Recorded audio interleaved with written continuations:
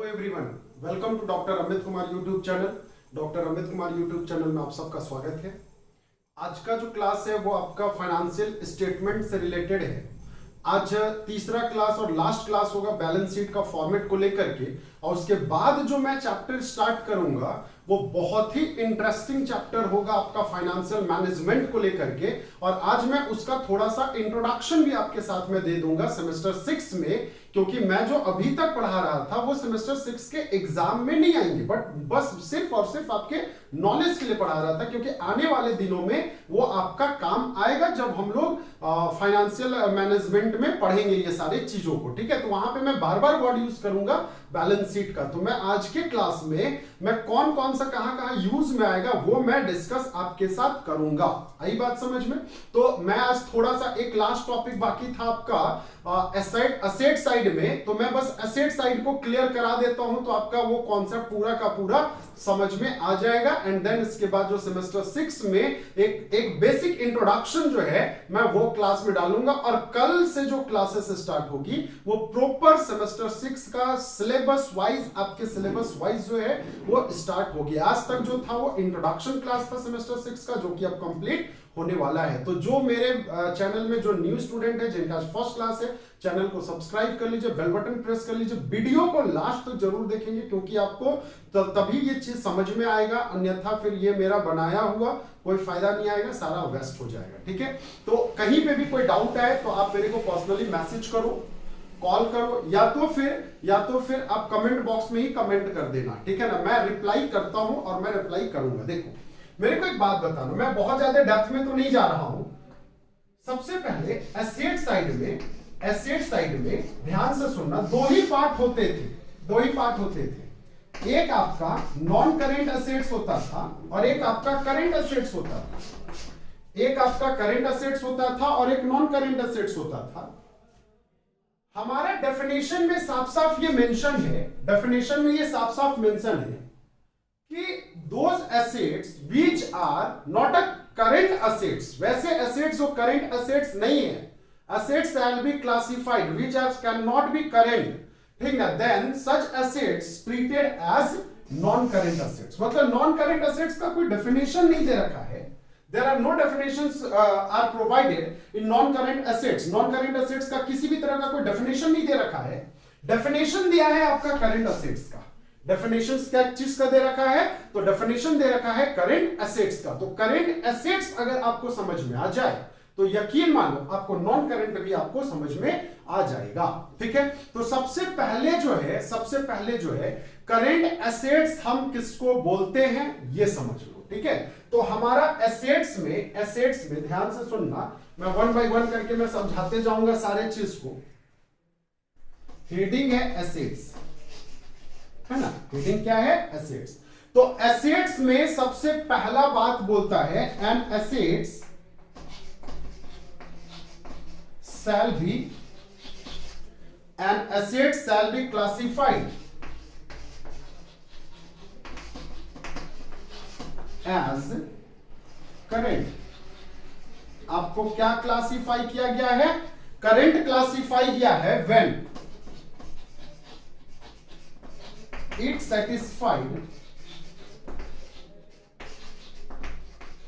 satisfied जो आपका certify करता है any of the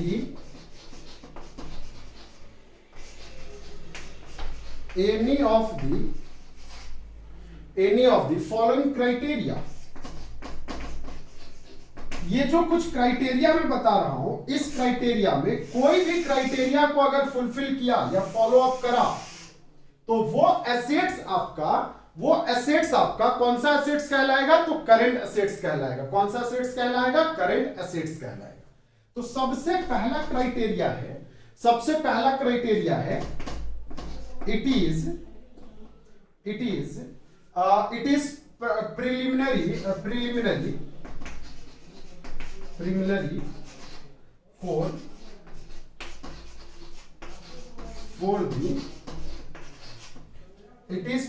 for the purpose of being traded। आई बात समझ में? आपका जिसका ट्रेडिंग होता है, जैसे मैं मान लेता हूं, एक एग्जांपल लेता हूं, अगर मैं शोरूम गया और शोरूम से मैंने कार खरीदा, तो वो कार जो है, मान लेता हूं सपोज मैंने हुंडई का कार खरीदा, हुंडई का वर्ना खरीद रखा है, तो मैंने जब खरीदा तो मेरे लिए वो क्या कहलाएगा, मेरे लिए वो आपका फिक्स्ड एसेट्स कहलाएगा। लेकिन जो हुंडई कंपनी है उसके लिए वो क्या कहलाएगा, करेंट एसेट्स कहलाएगा, स्टॉक कहलाएगा। क्यों कहलाएगा, क्योंकि वो उसका दिन रात क्या करता है, बिजनेस करता है, दिन रात क्या करता है, बिजनेस करता है। Is it clear? तो अगर वो उसके ट्रेडिंग में, जैसे अगर मैं ये घड़ी का बात कर रहा हूं, अगर ये मैंने घड़ी खरीद रखा है, ठीक ना, तो ये जो घड़ी है ये मेरा बहुत दिन से मैं पहन रहा हूं, ठीक है, तो मैंने ये घड़ी को क्या किया था, खरीदा था, ठीक है, तो ये मान लेते हो सपोज 2000 में खरीदा ये घड़ी मैंने, तो ये जब मैंने वॉच खरीदा था तो ये मेरा, मैंने पर्सनल यूज के लिए खरीदा, तो ये मेरा क्या है, असेट्स है, फिक्स्ड असेट्स है, नॉन करेंट असेट्स है। लेकिन यही इस घड़ी दुकान के लिए घड़ी क्या हो जाएगा, करेंट असेट्स कहलाएगा, क्योंकि वो उसका ट्रेडिंग करता है। बात समझ में आया? या तो फिर नेक्स्ट ऑप्शन है, इट इज एक्सपेक्टेड, या एक्सपेक्ट किया जाएगा, to be realised, to be realised कितने दिन के अंदर, तो ऑपरेटिंग साइकिल के अंदर, ठीक ना, टू बी रियलाइज्ड इन और, या तो और इन इंटेंड और is intended,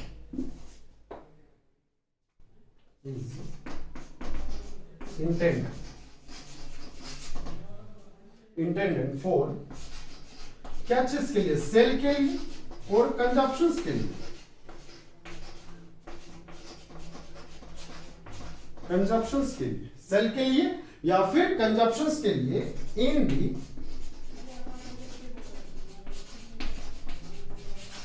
the company in normal operating cycle.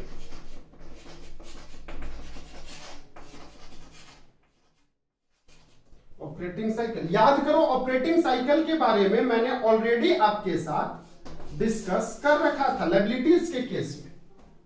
तो अगर हमारा कोई भी एसेट्स जिसको हम रियलाइज कर दें, सेल कर दें, या तो फिर कंज्यूम कर दें ऑपरेटिंग साइकिल के दौरान, जैसे मान लेता हूं सपोज ये चौक है, बताना ये कितना दिन चलेगा, मैं कंज्यूम कर लूंगा कि नहीं कर लूंगा, तो कंज्यूम कर लूंगा।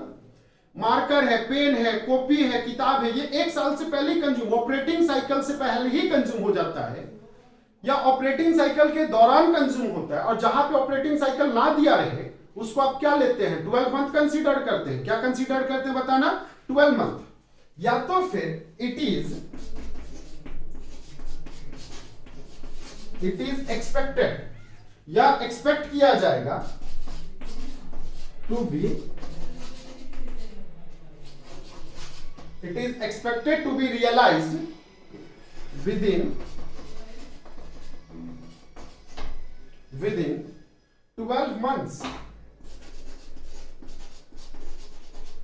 12 months after the reporting date. याद करो, ये भी मैंने बताया था, रिपोर्टिंग डेट।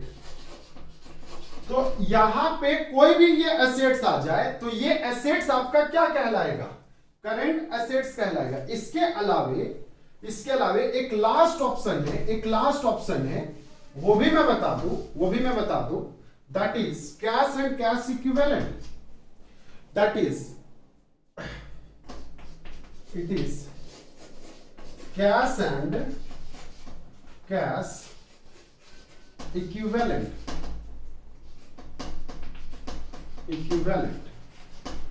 तो कैश एंड कैश इक्विवेलेंट भी जो है वो आपका करंट एसेट्स में कंसीडर्ड किए जाते हैं। बात समझ में आ गया? तो मेरे को एक बात बताना sir, what do you mean by cash and cash equivalent? Cash and cash equivalent किसको बोलते हैं? मैं इसको मिटा रहा हूं, इसको लिख लो थोड़ा।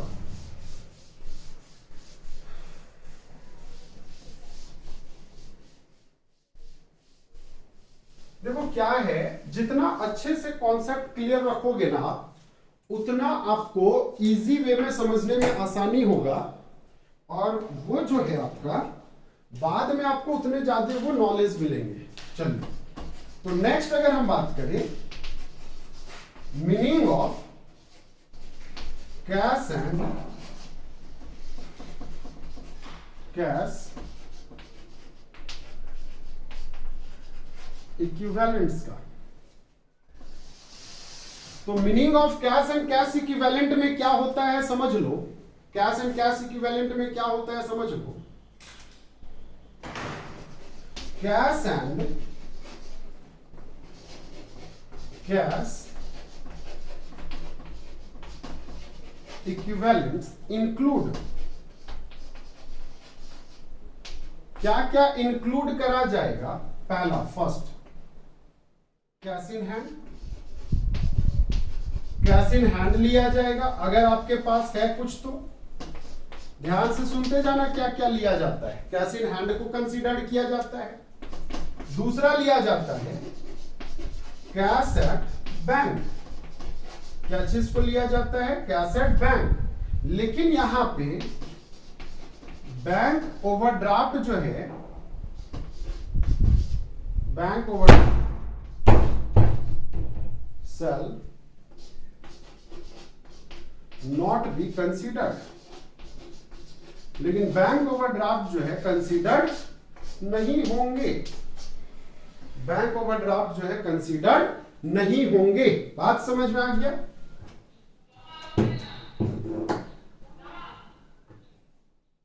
तो बैंक ओवरड्राफ्ट जो है वो कंसीडर नहीं होंगे।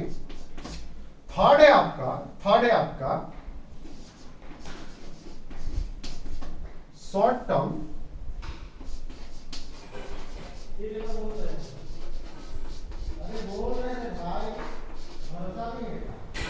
Term marketable securities.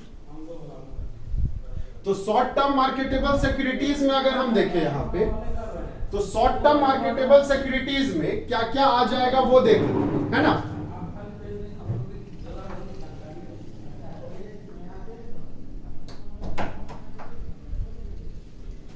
तो short term marketable securities, short term कहने का मतलब होता है with in 3 month. With in कितना 3 मंथ। और मार्केटेबल कहने का मतलब होता है जिसको हम सेल कर सके या तो जिसको हम परचेस कर सके। और सिक्योरिटीज तो भैया आपको पता है शेयर और डिवेंचर। तो ऐसे जो आपके मार्केटेबल सिक्योरिटीज होते हैं जिसको 3 महीने के अंदर सेल और परचेस किया जा सके, such marketable securities can also be considered as, ये भी हमारा क्या चिन्ह कंसिडर्ड होगा कैश एंड कैश इक्विवेलेंट में। तो यही जो है वैल्यू हमारा कैश एंड इक्विवेलेंट का कहलाएगा। यहां तक समझ में आया? यहां तक कोई डाउट है? तो अब देखो ध्यान से समझोगे, इसी में बहुत सारे डिफरेंट कॉन्सेप्ट होते हैं। अगर हम फिक्स एसेट्स की बातें कर रहे थे, नॉन करेंट एसेट्स में, इसको नोट डाउन कर लेंगे, मैं मिटा रहा हूं। फिक्स एसेट्स की बातें कर रहे थे तो फिक्स एसेट्स में बहुत अलग अलग एसेट्स आया था मेरा। जैसे मैं मान लेता हूं कि फिक्स एसेट्स में सबसे पहले आया था टेंजिबल एसेट्स की बातें। पहले क्या चीज की बातें आया था? Tangible assets.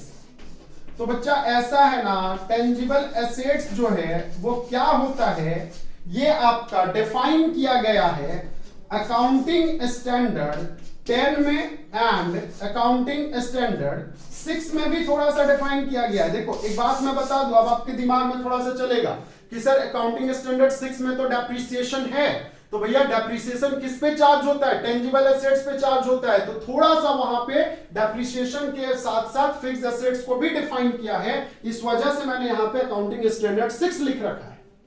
और दूसरी बात है नेक्स्ट कॉन्सेप्ट था इंटेंजिबल एसेट्स।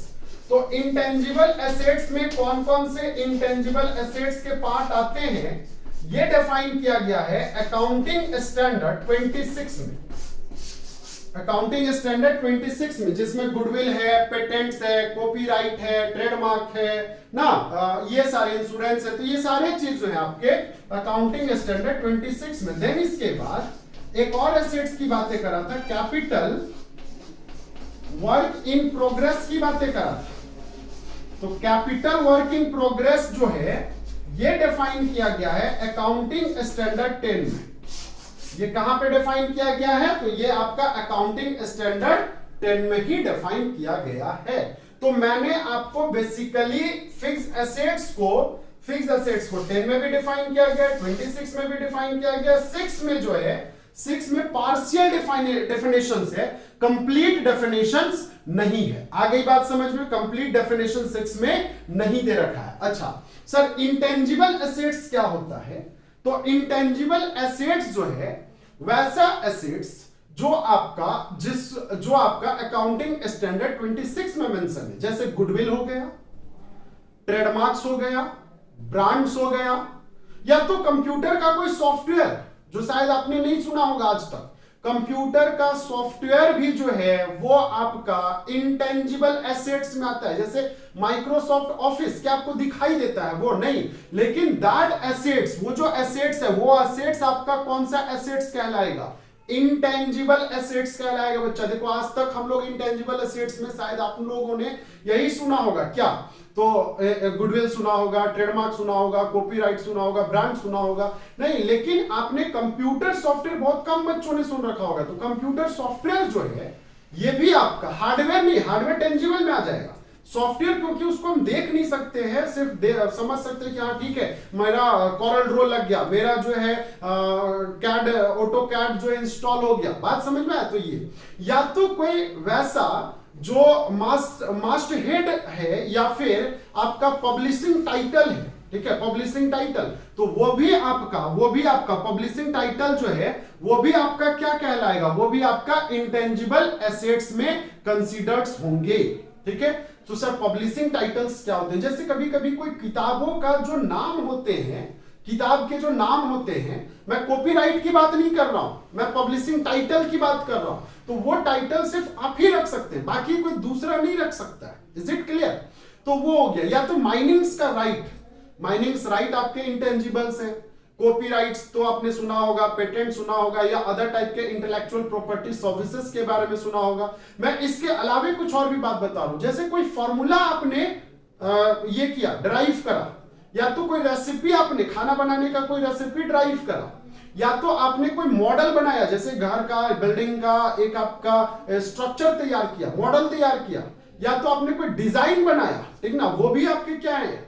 वो आपके इंटेंजिबल एसेट्स में आते हैं। या तो लाइसेंस जो है या फ्रेंचाइजी जो है, ये सारे जो है इंटेंजिबल एसेट्स में आते हैं। बात समझ में आ रही है? ये सारे के सारे आपके क्या चीज में आते हैं? तो इंटेंजिबल एसेट्स में आते हैं। Is it clear? अच्छा sir, capital work in progress क्या होता है? बार बार आपका एक चीज दिखाई दे रहा है, कैपिटल वर्क इन प्रोग्रेस। तो बेटा कैपिटल वर्क इन प्रोग्रेस जो है जनरली कैपिटल एडवांसेस को दिखाता है। जब हम लोन एंड एडवांस जो लॉन्ग टर्म्स के लिए लेते हैं, लॉन्ग टर्म्स के लिए लेते हैं, तो उस चीज को, जैसे हमने कोई लोन लिया या हमने किसी से एडवांसेस लिए, तो और वो लॉन्ग टर्म्स ले रखा है, तो लॉन्ग टर्म्स दे रखा है, लिया नहीं है, दे रखा है, एडवांसेस दे रखा है मैंने, लंबे समय के लिए दे रखा है, तो वो मेरा क्या कहलाएगा? वो मेरा एडवांसेस जो है वो जो है आपका कैपिटल वर्क इन प्रोग्रेस के नाम से जाना जाएगा, ठीक है ना। वो आपका किसके नाम से जाना जाएगा? आपका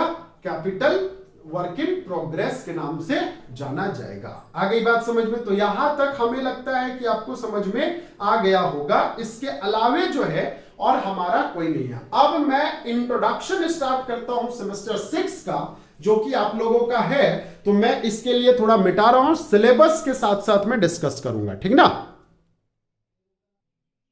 चलिए, तो अब मैं आज के क्लास में अब वापस में आता हूं और मैं बात कर रहा हूं सेमेस्टर 6 का। चैप्टर का नाम है फाइनेंशियल मैनेजमेंट। चैप्टर का क्या नाम है बच्चा? तो चैप्टर का नाम है फाइनेंशियल मैनेजमेंट। देखो एक बात मैं बता दूं आप लोगों को, सभी को, ये पेपर जो है, जो फाइनेंशियल मैनेजमेंट है ना बेटा, ये आप लोगों का बीकॉम में पढ़ना है, एमकॉम में पढ़ना है, सुनते जाना, एमबीए में भी पढ़ना है, यूजीसी नेट जो विद्यार्थी करने वाले हैं उसमें भी पढ़ना है। और मजेदार बात, अगर आप कोई रिसर्च वर्क कर रहे हो, रिसर्च वर्क अगर आप करने जा रहे हो, तो भैया बिना फाइनेंशियल मैनेजमेंट का तो रिसर्च वर्क संभव ही नहीं है। तो अब सोच सकते हो कि फाइनेंशियल मैनेजमेंट आपके लिए कितना इंपॉर्टेंट पेपर है, इंपॉर्टेंट चैप्टर है जो कि आपको दे रखा है। बीकॉम में ये देता है सेमेस्टर 6 में, सेमेस्टर 6 में। एमकॉम में भी इसी तरह से ये सेमेस्टर 2 या शायद 1 में है, 2 में है शायद। एमबीए में जो है सेमेस्टर 3 में है। एंड यूजीसी नेट जो है, यूजीसी नेट जो है, इसमें आपका एक इसका एक अलग से एक पेपर ही है फाइनेंशियल मैनेजमेंट को लेकर के, ठीक है। तो फाइनेंशियल मैनेजमेंट में हमें पढ़ने क्या क्या है वो समझ लो पहला। तो फाइनेंशियल मैनेजमेंट में यूनिट 1 जो है वो आपका है financial management nature, scope and objective. साथ में इसी का प्रॉफिट मैक्सिमाइजेशन में भी है, उसी में वेल्थ मैक्सिमाइजेशन। देन इसके बाद उसी में एक चैप्टर है आपका टाइम वैल्यू मनी। देन आपका टाइम वैल्यू मनी में ही आपका कंप्लीट हो जाता है कंपाउंडिंग, डिस्काउंटिंग, ये सारे टाइम वैल्यू ऑफ मनी में ही कंप्लीट हो जाते हैं। मैं कल का जो क्लास स्टार्ट करूंगा ना बेटा, वो आपका टाइम वैल्यू ऑफ मनी ही करूंगा, जो कि यूनिट 1 का है। और टाइम वैल्यू ऑफ मनी बहुत इंपॉर्टेंट यूनिट है आपका, वो सबसे बेस यूनिट है। अगर आप टाइम वैल्यू मनी आपने नहीं सीखा है तो यकीन मानो आपको फाइनेंशियल मैनेजमेंट कुछ नहीं समझ में आएगा। मैंने बैलेंस शीट आपको बता दिया, बैलेंस शीट कैसे बनते हैं ये भी मैंने बता दिया। तो बैलेंस शीट बनाने के बाद जो है टाइम वैल्यू मनी का ही पार्ट है, और time value money base paper है जो हर एक में काम आएगा। इसके बाद जो है आपका कैपिटल बजटिंग पेपर है यूनिट 2 में। कैपिटल बजटिंग के बाद जो है आपका कॉस्ट ऑफ कैपिटल है, देन कैपिटल स्ट्रक्चर है, डिविडेंड डिसीजन है, देन इसके बाद आपका वर्किंग कैपिटल डिसीजन है, और देन इसके बाद जो है आपका यूनिट कंप्लीट। तो यहां तक आपको कंप्लीटली पढ़ने हैं फाइनेंशियल मैनेजमेंट में। उम्मीद करता हूं कि फाइनेंशियल मैनेजमेंट का 20 से 25 लेक्चर चलेगा, और उसके बाद 20 से 25 लेक्चर में फाइनेंशियल मैनेजमेंट जो है वो कंप्लीट हो जाएगा। तो आप सभी से रिक्वेस्ट है अगेन कि आज के बाद से जो मैं कल से जो क्लास डालूंगा उसका हेडिंग जो होगा वो टाइम वैल्यू मनी होगा, ना कि फाइनेंशियल मैनेजमेंट होगा। बात समझ में आया? फाइनेंशियल स्टेटमेंट नहीं होगा, टाइम वैल्यू मनी होगा। तो देखो ऐसा है ना बेटा, ऐसा है, समझोगे चीजों को यहां पे, हाँ समझोगे।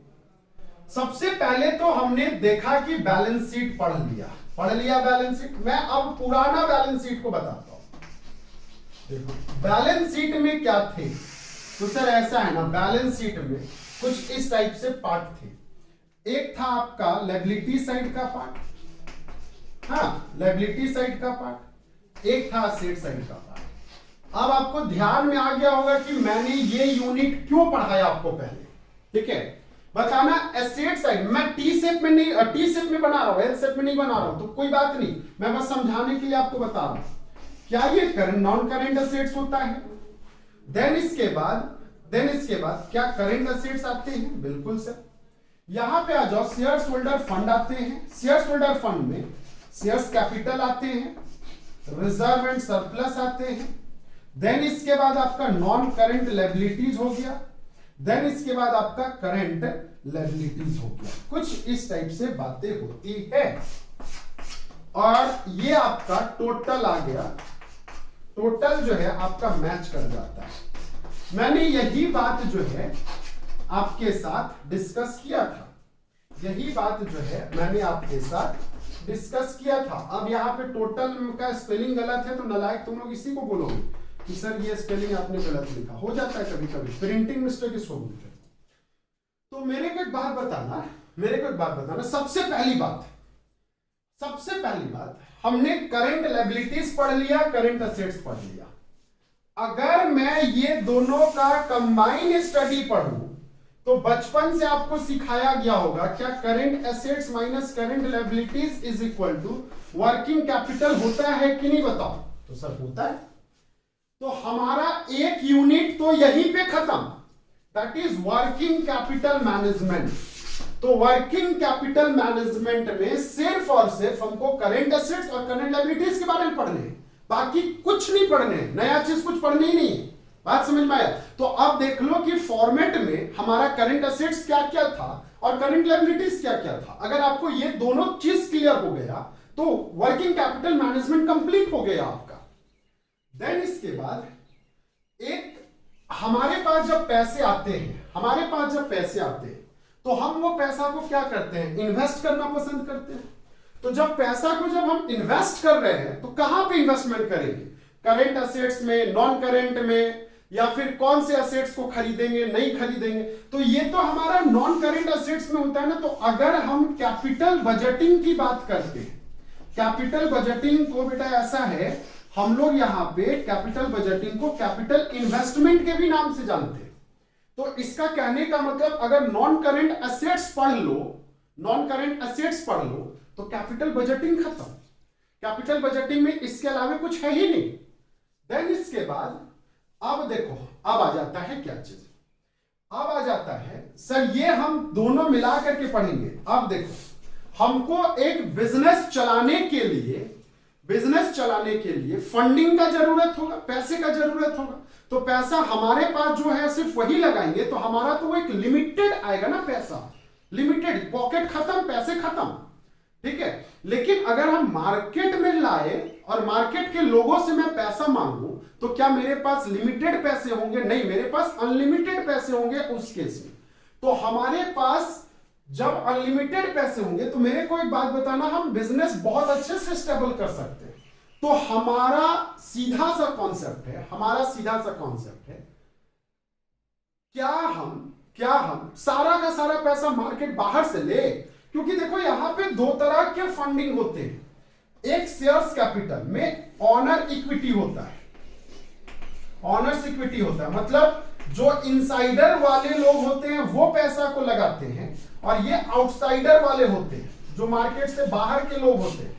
तो बताना हम बाहर से कितना लेंगे और अंदर वाले लोगों से कितना लेंगे। जैसे घर है, उस घर में घर के मेंबर से कितना पैसा को कलेक्ट करोगे और घर के बाहर से कितने को पैसे को कलेक्ट करोगे, यही दोनों चीज को दिखाता है। और ये चैप्टर का नाम है कैपिटल स्ट्रक्चर, कि हमारा स्ट्रक्चर क्या होना चाहिए कैपिटल का, कितना हमारा इक्विटी होना चाहिए और कितना हमारा डेब्ट होना चाहिए, ठीक है। ये कैपिटल स्ट्रक्चर का चैप्टर है।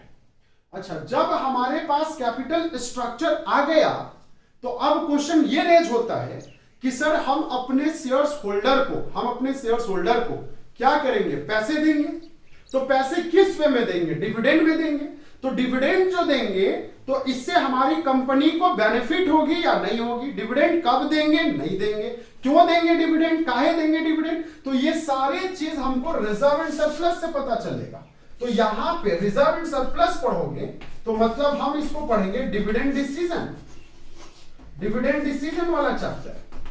Is it clear? Dividend decision वाला चैप्टर लास्ट बच गया। हमको अगर इसका कॉस्ट निकालना है, इसका आज के डेट में कीमत निकालना है और सिर्फ नॉन करंट लायबिलिटीज का कीमत निकालना है, तो हम ये दोनों मिला करके हम इसको क्या पढ़ेंगे, तो दोनों मिला करके हम इसको पढ़ेंगे कॉस्ट ऑफ कैपिटल वाले चैप्टर में। Is it clear? सिर्फ आपका इक्विटी और डेब्ट के बारे में। तो कुल मिलाकर के बैलेंस शीट मेरे को बताने का जो पर्पस था वो मैंने बता दिया। अब आपके दिमाग में चल रहा होगा सर टाइम वैल्यू मनी तो आपने लिखा ही नहीं, टाइम वैल्यू मनी के बारे में तो आपने कोई चर्चा ही नहीं किया।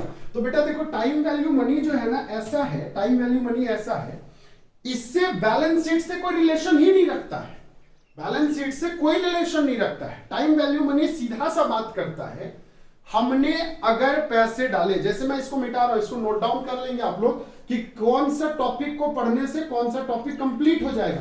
तो पूरा का पूरा फाइनेंशियल मैनेजमेंट जो है ना आपका बैलेंस शीट पे इर्द गिर्द घूमता है। अब आज के क्लास में आपको क्लियर समझ में आ गया होगा कि हम बैलेंस शीट क्यों पढ़ते हैं और बैलेंस शीट का इंपॉर्टेंस क्या है। अब देखो, टाइम वैल्यू मनी मैं एकदम छोटा सा बात आज करूंगा, बहुत ज्यादा बात नहीं करूंगा। TVM, time value money, time value money में ना बेटा क्या है, समझ लो।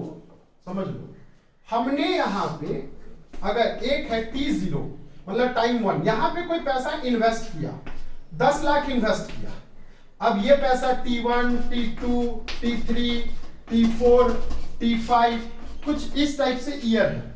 यहां पे मिला 3 लाख, यहाँ पे 2 लाख, यहाँ पे 4 लाख, यहाँ पे 1 लाख, यहाँ पे 2 लाख, कुछ इस टाइप से हमको पैसा, ये मेरा आउटफ्लो है और ये मेरा कैश इनफ्लो है। ये पैसे आए हमको, ये कैश इनफ्लो है, पैसे मेरे पास आए। मैं बस ऐसी रफली बात कर रहा हूं 2 मिनट की। और एक जो है 10 लाख है, 10 लाख हमने यहां पे T0 में इन्वेस्ट किया था। T1 है, T2 है, T3 है, T4 है, T5 है ना। हर एक साल 2-2 लाख रुपया ही हमको मिल रहा है, हर एक साल 2-2 लाख मिल रहा है। बताना तो कौन सी कंपनी अच्छी कंपनी है। अगर हम इस कंपनी में पैसे इन्वेस्ट करते हैं, कंपनी ए का है और ये कंपनी बी का है। अगर हम कंपनी ए में पैसे 10 लाख डालते हैं तो पहला साल 3 लाख, दूसरे साल 2 लाख, फिर 3-4 लाख, फिर आपका 1 लाख, फिर 2 लाख, और यहाँ पे 2-2 लाख मिल रहा है। तो मेरे को एक बात बताना, मैंने इन्वेस्ट कितना किया था? 10 लाख इन्वेस्ट किया था। 10 लाख जो है देखो तो यहाँ पे 3 lakh plus 2 5 lakh plus 2 9 lakh plus 1 10 lakh plus 12 lakh, और यहां पे 2 4 6 8 10। बताना हमको 10 लाख जो हमने पूंजी डाला था, क्या ये चौथे साल में रिकवर हो गया कि नहीं हो गया? अगर ए में डाले तो, बी में अगर इन्वेस्ट किए तो 5वें साल में 10 लाख रिकवर कर रहा है। बताना विच कंपनी इज बेस्ट? 10 साल में रिकवर कर, 5 साल में रिकवर कर गया मेरा 10 लाख, या 4 साल में रिकवर करेगा वो? तो भैया 4 साल में रिकवर करेगा वो ना, क्योंकि जितना कम में रिकवर करेगा उतना ज्यादा से ज्यादा हमको क्या होगा? प्रॉफिट होगा। बात समझ में आ रहा है? उतना ज्यादा से ज्यादा हमें क्या होगा? प्रॉफिट होगा। तो यही सब चीज जो है टाइम वैल्यू ऑफ मनी, मतलब कितने समय में हमको कितना वैल्यू रिसीव हो रहा है, ये मैं कल के क्लास में पढ़ूंगा, ठीक है ना। तो बी प्रिपेयर्ड, ठीक है। अब जो क्लास स्टार्ट होने वाला है वो रियल में सेमेस्टर 6 का फाइनेंशियल मैनेजमेंट स्टार्ट होने वाला है। ओके, तो ओके, थैंक यू। अगर आपको वीडियो समझ में आया हो, पसंद आया हो, तो आप जो है अपने फ्रेंड के साथ, सभी फ्रेंड के साथ, आइदर मारवाड़ी कॉलेज के हैं चाहे नहीं, आप शेयर कर देना, क्योंकि पेंडेमिक पीरियड में वो सारे को पढ़ने का मौका मिलेगा। Okay, thank you.